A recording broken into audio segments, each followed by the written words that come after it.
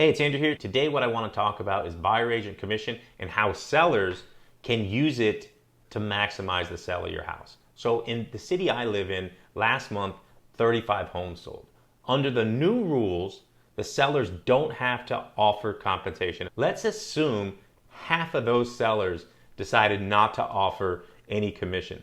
That would take your house from one of 35 down to one of 15 or 16.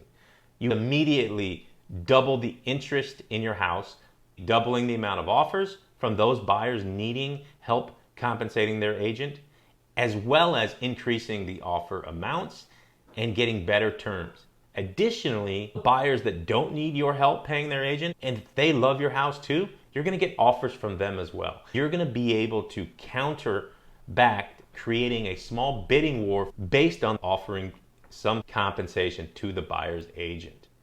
Now, you're going to get a higher price, better terms, and you're going to probably get offers with waived contingencies, removing opportunities for that buyer to back out of the purchase of your house.